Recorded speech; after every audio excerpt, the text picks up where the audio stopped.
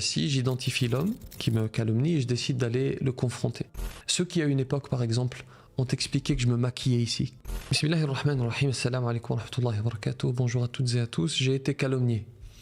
Et vous l'avez certainement déjà été vous-même, parce que c'est ainsi qu'est l'être humain.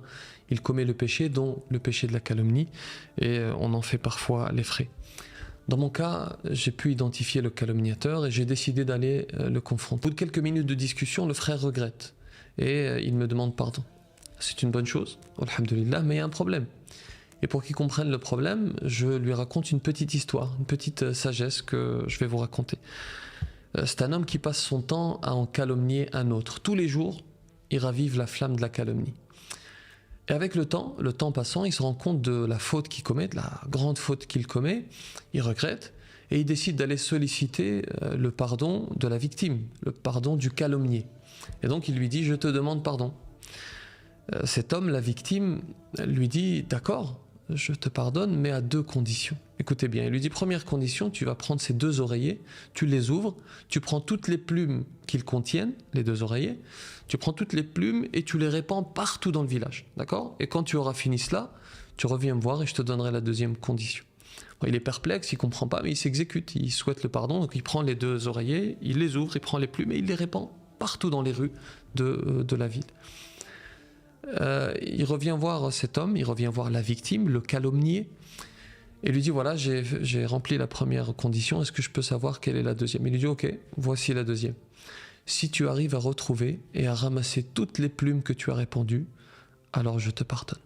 Et là, le calomniateur va comprendre le problème. Il comprend l'image qu'a voulu lui donner le calomnier. En fait, il a répandu les calomnies comme il a répandu les plumes. Et même s'il regrette par la suite, comment voulez-vous qu'il aille retrouver toutes les personnes qui ont entendu la calomnie pour leur expliquer que finalement c'était faux, que finalement c'était une calomnie? Et là on parle d'une petite ville, d'un petit village. Imaginez une calomnie répandue sur Internet. Imaginez une calomnie répandue sur WhatsApp. Parce que la calomnie, une fois que le destinataire l'a reçue, comment vous pouvez savoir s'il ne l'a pas lui-même transmise à quelqu'un d'autre? Et cette autre personne, comment vous pouvez savoir si cette personne ne l'a pas transmise à quelqu'un d'autre? Et ainsi de suite.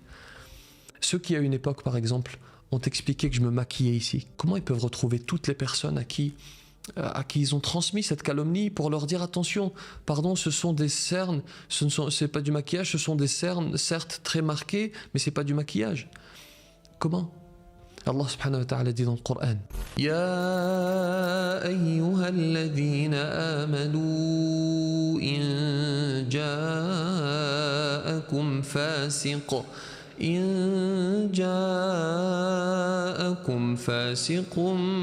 binaba'in فتبينوا أن تصيبوا قوما بجهالة فتصبحوا على ما فعلتم نادمين. Alors j'ai pardonné au frère, c'était il y a très longtemps, plus d'une décennie, mais je me souviens qu'il m'avait paru sincère, alors je lui ai pardonné. Mais attention, tout le monde ne pardonne pas. Celui qui décide de le faire, de pardonner, c'est très bien et c'est meilleur, mais celui qui ne pardonne pas, c'est son droit. Et Allah subhanahu wa ta'ala est juste. Il est juste et il fera payer l'injuste, le calomniateur, ici-bas et dans l'au-delà. On ne peut pas rassembler toutes les plumes, n'est-ce pas? On n'est pas capable de retrouver toutes ces personnes qui vont entendre la calomnie.